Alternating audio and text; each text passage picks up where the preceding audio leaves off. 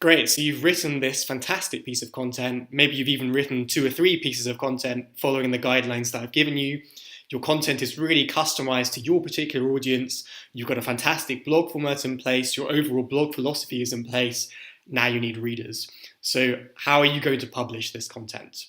Let me start by talking to you about the publishing schedule that I've seen with my clients that brings the largest degree of success. So there are 2 extremes here again. You could publish your content very, very infrequently. I sometimes see businesses that haven't really understood the value of content marketing doing this.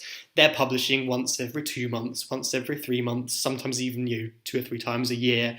And then they're surprised when they're not very highly ranked in the Google rankings, when their website doesn't come across as particularly authoritative, when they're not generating any leads by content marketing. Clearly, you want to publish more frequently than this. On the other hand, I've also met clients before who want to publish 30 articles a month, 60 articles a month even, which is completely crazy. And if you're publishing content as frequently as that, then there's a high chance that the content is going to be quite fluffy, it's not going to add very much in terms of value, and it's going to be sort of empty trash that you can find anywhere on the internet. And likewise, that sort of content is not going to be engaging for readers, and you're not going to get any leads from that. So there's a halfway house between these 2 approaches, which I want to talk to you about, and that is this. So you can publish, in my experience, somewhere between once or twice a week. If you're publishing on that frequency, you have enough time to make sure that the articles are well written and especially well edited before they go for publication, and yet simultaneously you are publishing on a frequency that suggests to Google and suggests to your readers who perhaps follow your blog and are subscribing for regular content, you're suggesting to those 2 different types of audience that you know what you're doing, you're publishing frequent content, you're adding constant value. 1 to 2 articles per week is the sweet spot in my professional experience. So great, you've published your content, you've adopted an intelligent publishing schedule, but you still haven't got any readers. So how are you going to go about distributing your content? There are 2 forms of distribution strategy. One is proactive and one is reactive. So let's deal with the reactive one first.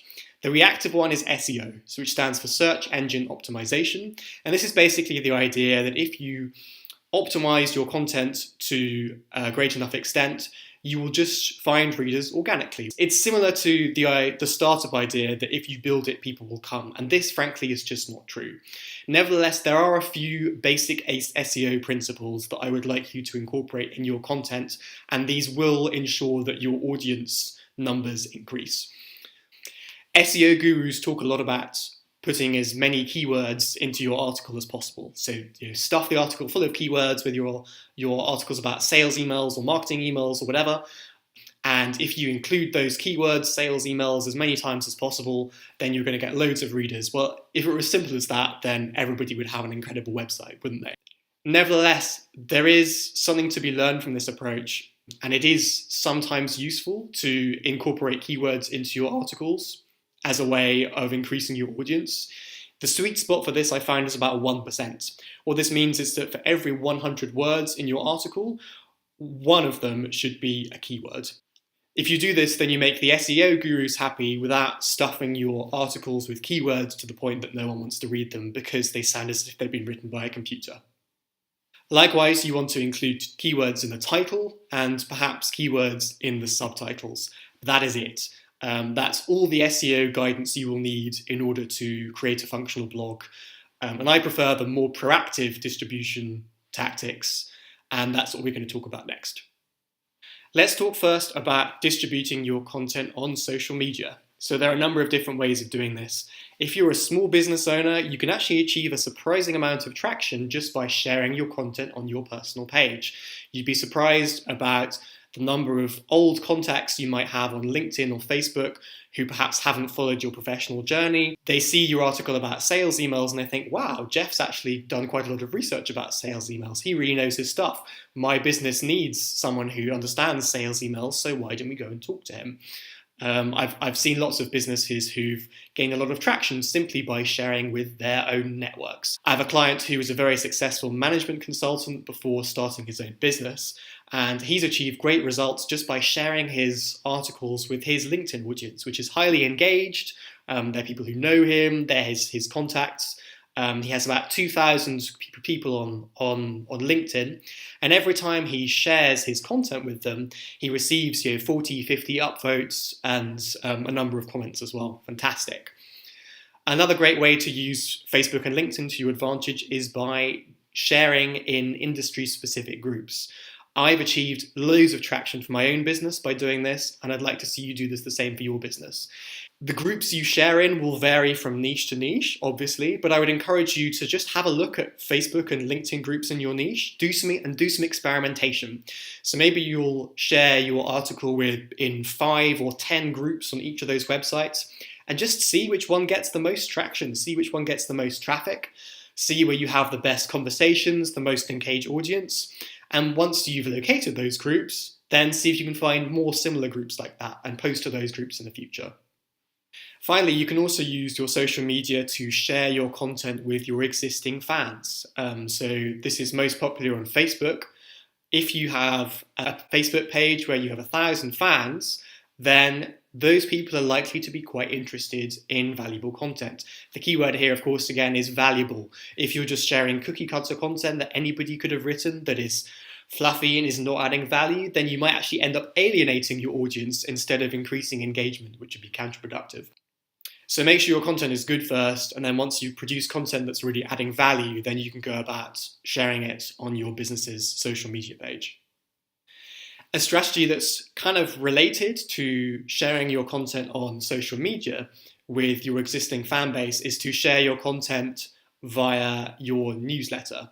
So these are typically people who visited your website, who think that what you have to say is interesting, and so they've signed up for frequent updates. I have a client in the marketing space who does this extremely effectively. They publish their content once or twice a week, and every time a new piece of content is published, they send out a notification to their email list. And obviously you don't want to overuse this strategy, because if you're sharing your content all the time with your email marketing list, well then, unless the content is incredible, then you're going to start alienating people pretty quickly, and you're going to start actually losing people from your list instead of building customers from your list, which is what, of course, you want to do. So yes, go ahead and share your content with your mailing list, but make sure that it's the content that they want to receive and that it actually adds value to them. I've saved the best point till last. I think this is one of the best strategies I've ever seen for small businesses who are just getting going with their blog operations. And this strategy is called blog swapping. So what does this mean? It means that you take your blog and you go and find another blog in your niche which has a lot of readers who are engaged, and you say to that blogger, hey, I'm producing valuable content as well, and I hopefully already have an existing audience. Why don't you post on my blog, and in return, I'll post on your blog. And as a result, we both get to benefit from each other's audiences. I get to benefit from your audience, and your audience suddenly gets to know a different content producer in their niche. The great advantage of this sort of approach is that it gives you a lot of credibility as a content marketer. Say I'm producing content about fishing, and I have my articles shared, or I go and post on the authority site about fishing in my given demographic, say the United States. I'm suddenly going to receive a whole load of credibility. And the opposite is also true. It's very attractive if you have an emerging audience for other bloggers to approach you and to post on your website, because they know that you've taken this content marketing course, you know your stuff when it comes to producing a great blog, and so they can benefit from the credibility that you're already offering and sort of piggyback off that as well. So it's a win-win exchange, and I think it's an idea that a lot more businesses need to actually engage in.